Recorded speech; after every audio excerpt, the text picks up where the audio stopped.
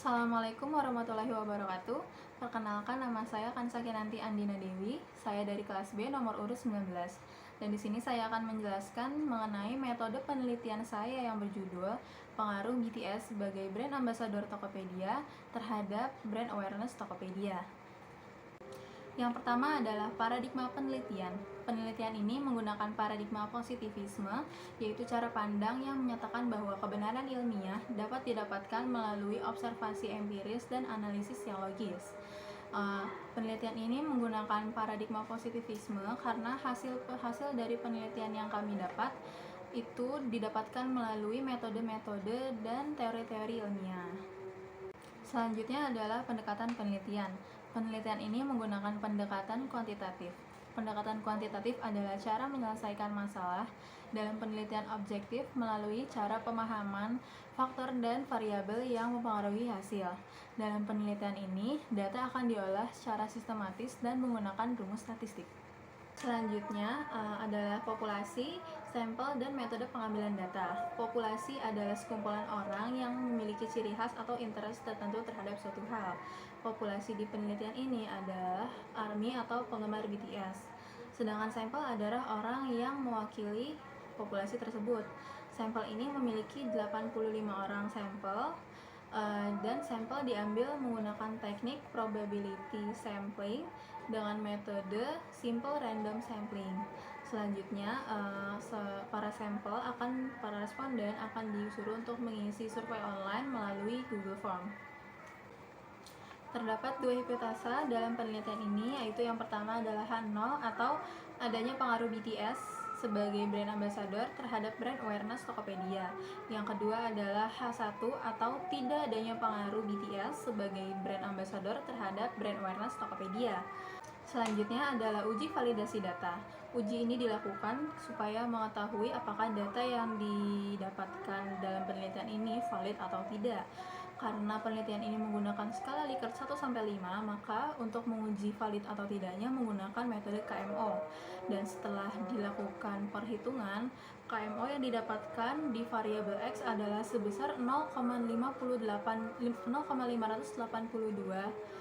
sedangkan variabel Y-nya adalah 0,8.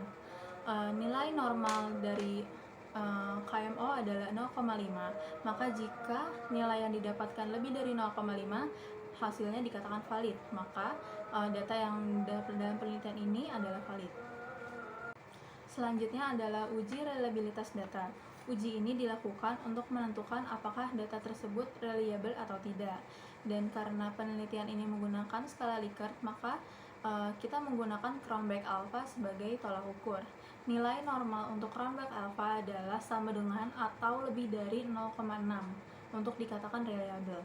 Dan setelah dihitung data dalam penelitian ini, variabel X-nya mendapatkan angka 0,6, sedangkan variabel Y-nya mendapatkan 0,913. Maka data yang kita dapatkan untuk menghitung di penelitian ini adalah reliable. Selanjutnya adalah metode analisis data.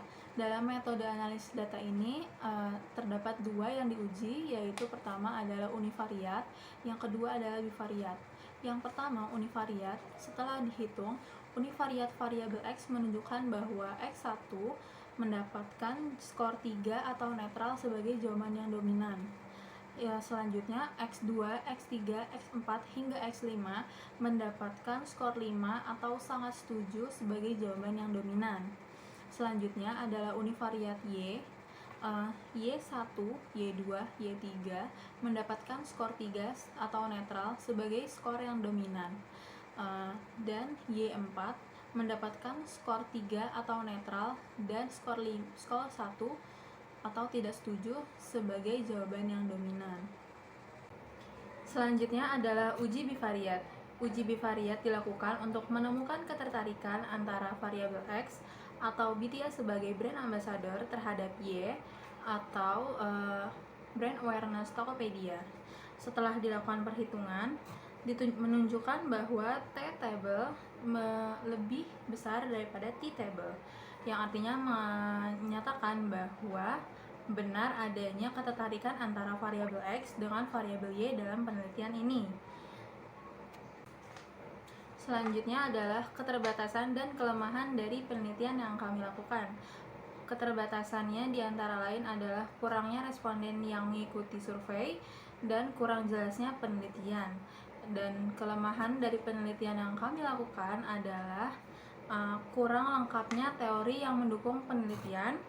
Yang kedua adalah kurang lengkapnya referensi, dan yang ketiga adalahnya kurangnya indikator. Selanjutnya adalah definisi operasional. Definisi variabel X atau BTS sebagai brand ambassador adalah sebuah grup boyband yang berasal dari Korea yang dikontrak oleh Tokopedia untuk menjadi brand ambassador. Sedangkan definisi operasional dari variabel Y atau brand awareness Tokopedia adalah brand awareness dari sebuah perusahaan e-commerce yang bernama Tokopedia.